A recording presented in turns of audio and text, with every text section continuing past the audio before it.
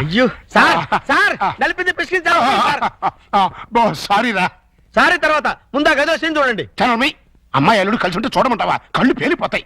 వాళ్ళేదో కింద మీద పడుతూ ఉంటారు. కింద మీద పెడితే పర్వాలేదు, కింద ఒకళ్ళు మీద ఒకళ్ళు పడ్డారు. రెండు చూపిస్తాను.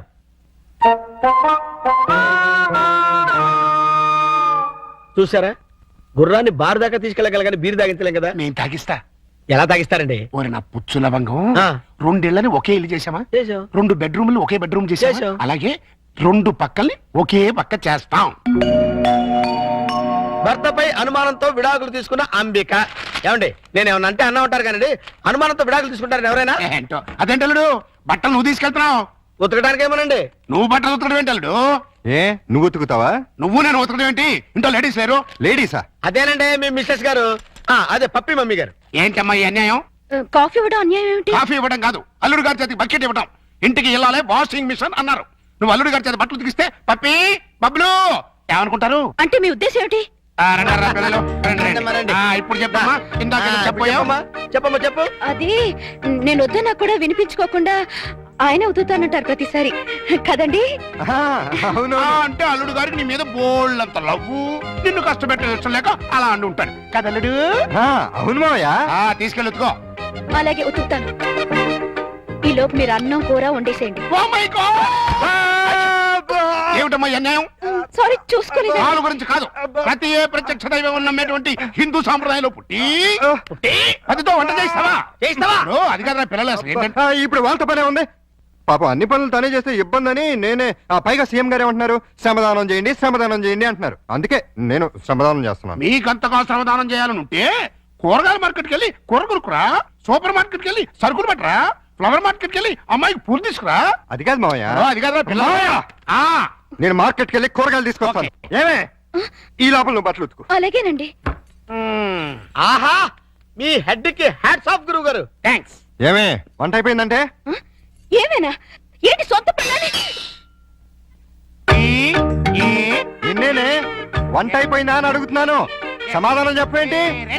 అయిపోయిందండి. మీరు వెళ్ళి కూర్చోండి, తెచ్చి వడ్డిస్తాను. అలాగే త్వరగా వడ్డించు. మావయ్య మీరు తినేస్తారా? వడ్డించేస్తుంది. ముందు మీరు తినండి, తర్వాత మేము తింటాం. రాయ్. ఏంటి పూట స్పెషల్? దొండకాయ వేపుడు, బెండకాయ పులుసు. మీకు ఇష్టం లేనివి రెండేగా? అవునవును, ఈ రెండు అంటే నాకు చాలా ఇష్టం. అందుకే వండాను. బాగా తినండి. తినండి, ఆఫీస్కి వెళ్ళాలిగా. ఎలా ఉందండి? అదిరింది. ఒక్క ముద్దతోనే కడుపు నిండిపోయింది. ఇక చాలు. మీరు మరీను ఒక్క ముద్దకి ఎలా కడుపు నిండుతుంది? చూడండి బాబాయ్ గారు. ఏమా పిల్లలతో పనుందా? అస్సలు లేదు, మీరు అక్కడే కూర్చోండి. మీరు తినండి. ఏమండి బయలుదేరుతున్నారా? అవును. ఏ షూస్ ఏమైనా తొడమంటారేమోనని. అక్కర్లేదులే. అయితే ఇంతవరకు సెటిల్ చేసేయండి. ఏంటది? ప్యాంటుకి 150, షర్టుకి 120, లుంగికి 90, టవల్కి 50, కర్చీఫ్కి 25, అన్నం వండినందుకు 100, బెండకాయ పులుసుకి 50, దొండకాయ వేపుడికి 75, వడ్డించినందుకు 100, కంచం కడిగినందుకు 150. ఏంటిది? బట్టలు ఉతికినందుకు, వంట చేసినందుకు బిల్లు. మరి ఇంత 5 స్టార్ హోటల్ కూడా ఇంత ఉండదే? ఉంటే నాకేంటి, ఉండకపోతే నాకేంటి? నా రేట్ అది. ఇవ్వండి. గొప్ప కేసు తగిలిందిరా బాబు. నైట్ భోజనం కూడా నన్నేమంటేమంటారా? వద్దులే తల్లి, ఇంకా నీ చేతులతో మంచి నీళ్ళు కూడా ఇవ్వద్దు. అయ్యో. మిస్టర్ ప్రతాప్, నీకు గుడ్ న్యూస్ అయ్యా. నేను 10 రోజుల పాటు కూర్చుని కష్టపడి మంచి స్టోరీ తయారు చేశాను. దాన్ని గాని సీరియల్ గా తీసి మన టీవీలో వేస్తే దెబ్బకు మూత పడిపోతుంది. మరి అక్కడే రిమోట్ లో కాలేదు. లేకపోతే ఏంటి సార్? గాడి చేసే పని గాడి చేయాలి, గుర్రం చేసే పని గుర్రం చేయాలి. అంటే నేను ఇప్పుడు గాడిదనా గుర్రానా? వాటిని ఇన్సల్ట్ చేయటం ఎందుకులేండి. అదే కదా. ఇదిగో ఆ కథకి బ్రహ్మాండమైన టైటిల్ కూడా పెట్టాను. ఏంటది? యాంటనా మీద కాకిరెట్ట? కాదు, నెత్తి మీద గుడ్డ. ఎలా ఉంది? సింబాలిక్ గా చాలా బాగుంది. టైటిల్ లోనే మన భవిష్యత్తు కనిపించేస్తుంది. ఇదిగో 1992 నుంచి చూస్తాను ఈ స్టూడియోకి రిమోట్ కంట్రోల్ నువ్వా నేనా? ఎందుకు వచ్చిందా డౌట్? ఎందుక? ఎప్పుడు నువ్వు తిడుతుంటావు, నేను పడుతుంటాను, అందుకని. హలో, నేను ఏంటి? సాయంత్రం మీరు వచ్చేటప్పుడు కాస్త స్కూల్ నుంచి పిల్లల్ని తీసుకురండి. మార్నింగ్ డ్యూటీ నాది, ఈవినింగ్ డ్యూటీ నీది. మర్చిపోయావా? లేదు, సడన్ గా ఎందుకో ఒంట్లో బాలేదు. ఏమైంది? కాస్త జ్వరంగా ఉంది. సారీ ప్రియా, అయితే నువ్వు ఇంటికి రెస్ట్ తీసుకో, నేను పిల్లల్ని తీసుకొస్తాను. Thank you. సార్ కట్ చెప్పమంటావా? వద్దు, నాకు ఈ పూట లీవ్ కావాలి. దేనికి? మెంటల్ గా ప్రిపేర్ అయ్యి రేపు ఉంటావా? అవును. అయితే వెళ్ళు.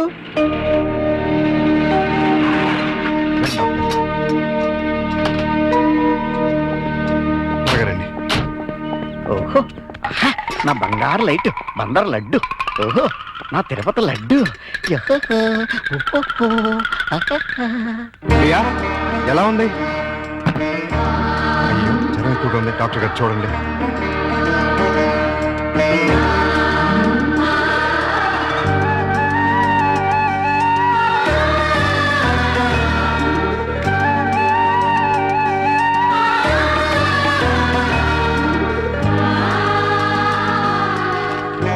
ఈ టాబ్లెట్స్ తెచ్చివాడండి.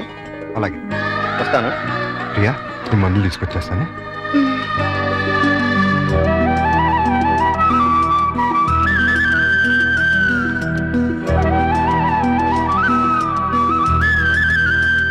ప్రియాలే టాబ్లెట్స్ తీసుకో.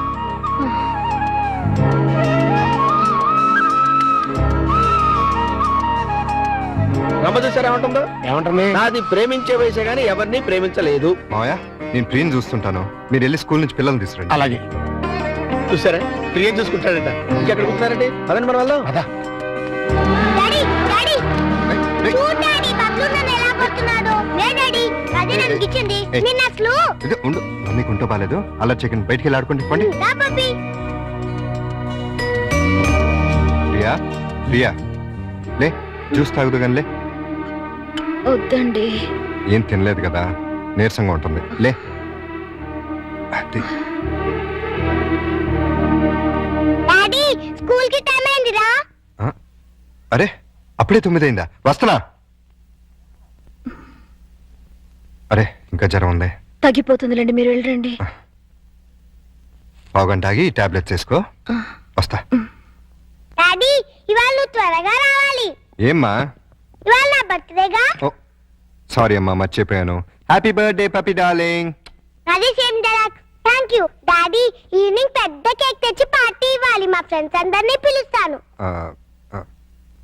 ఇవాళ పార్టీ వద్దులేమ్మా, ఏ మమ్మీకి ఒంట్లో బాలేదు కదా. వచ్చే సంవత్సరం 2 పార్టీలు గ్రాండ్ గా చేద్దామే. మా ఫ్రెండ్స్ అందరికి చెప్పేశాను డాడీ. పార్టీ ఇవ్వకపోతే ఫీల్ అవుతారు వాళ్ళు. అమ్మకు బాగున్నప్పుడు పార్టీ ఇస్తే అమ్మ కూడా ఫీల్ అవుతుంది కదా మరి. అయితే వద్దులే. Good girl. పదండి, స్కూల్కి టైం అవుతుంది, పదండి.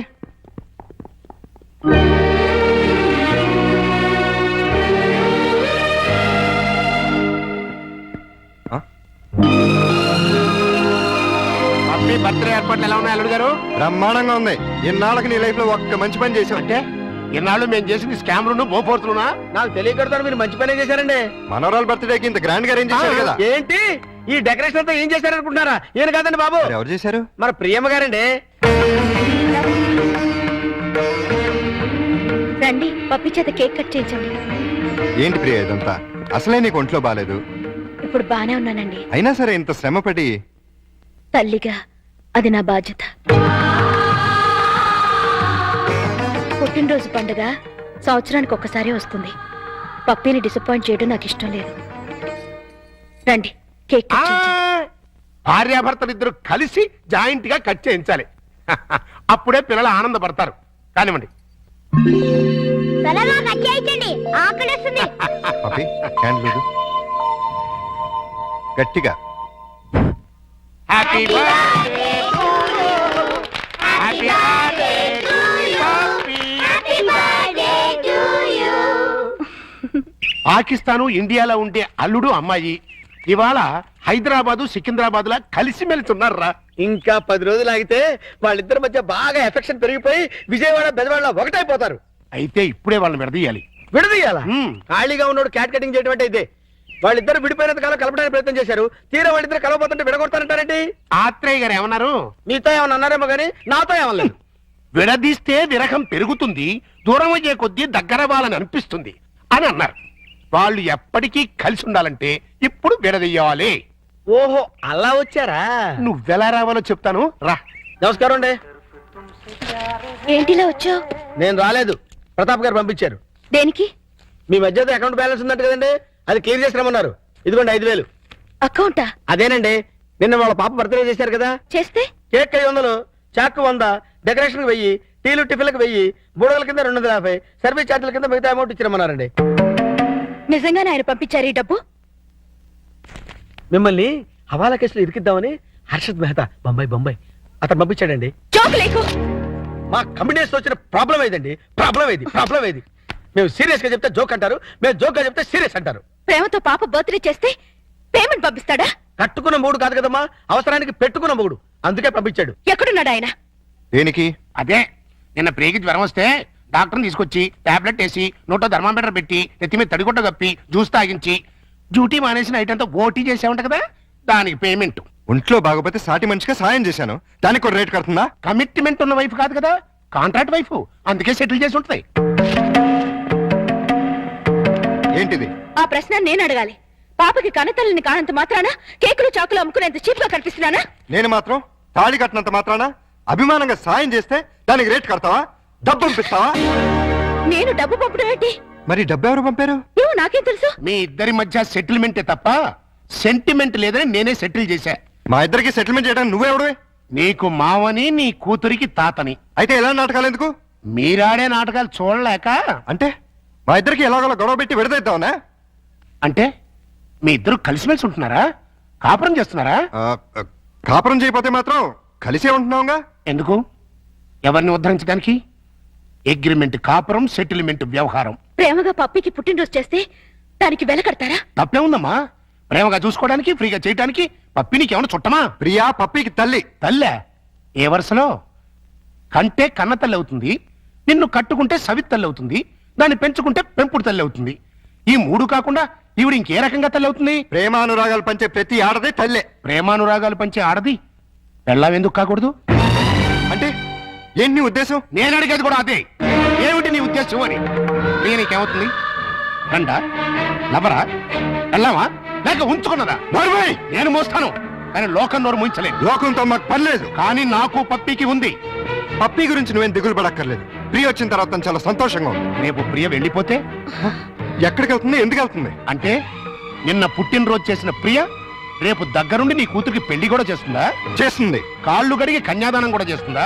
తప్పకుండా చేస్తుంది. అంత ఖచ్చితంగా ఎలా చెప్పగలుగుతున్నావు? ప్రియ మీద నాకు నమ్మకం ఉంది. అగ్ని సాక్షిగా కట్టుకున్న పెళ్ళమే నిన్ను కాదనుకుని వెళ్ళిపోయింది. ఏ సంబంధము అనుబంధము లేని ఈ కాంట్రాక్ట్ పెళ్ళం చివరిదాకా ఎందుకుంటుంది? చూడండి, మీరు పిల్లల కోసం మొగుడు పెళ్ళాల్లాగా నాటకం ఆడుతున్నారు. బాగుంది, చాలా బాగుంది. కానీ రేపు బబ్బులు పప్పిలకి ఊహ తెలిసిన తర్వాత మీ ఇద్దరి మధ్య ఉన్నది పవిత్ర బంధం అనుకుంటారా, అక్రమ సంబంధం అనుకుంటారా?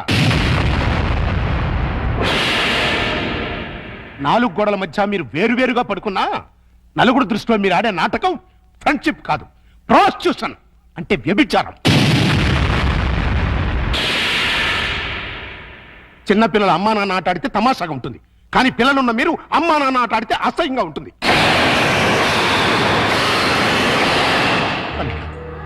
నువ్వంటే నాకెంతో ఇష్టం. ప్రియ అంటే నా కూతురి కంటే ఎక్కువ ఇష్టం. మీ ఇద్దరు పుణ్యమాని ఆ ఇద్దరు పిల్లలు తల్లి తండ్రి లేని లోటు లేకుండా ఆనందంగా ఉన్నారు. ఆ ఆనందాన్ని వాళ్ళకి శాశ్వతం చేయండి. మీ అనుబంధాన్ని శాశ్వతం చేసుకోండి.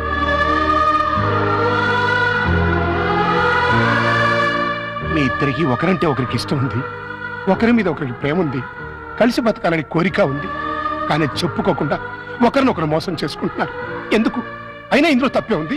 మీ ఇద్దరి జీవితాల్లోనూ గతం ఒక పీడకల, అది మర్చిపోయి ఆనందంగా జీవించండి. కాదంటే ఈ నాటకానికి తెరదించేయి. పిల్లలకు నిజం చెప్పేద్దాం. తల్లి తండ్రి లేరని 4 రోజులు ఏడుస్తారు, ఆ తర్వాత మర్చిపోతారు. అంతేకాని ఇలా ఉండి లేకుండా వాళ్ళ నలుగురిలో నవ్వులు పాలు చేయకండి.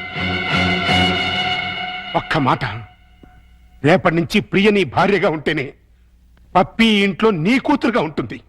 లేకపోతే నా మనవరాల్ని నీ నుంచి శాశ్వతంగా దూరం చేస్తా. అడ్డొస్తే కిడ్నాప్ చేసి మరీ ఎత్తుకుపోతా.